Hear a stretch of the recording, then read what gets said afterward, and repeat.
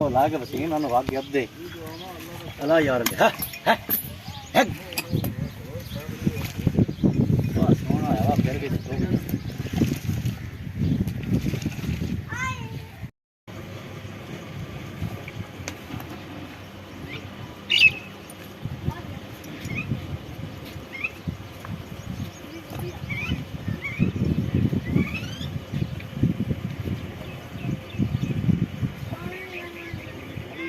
मैं मेरी आए ना गुजारिश यार मेरा होती निगाह थी मेरी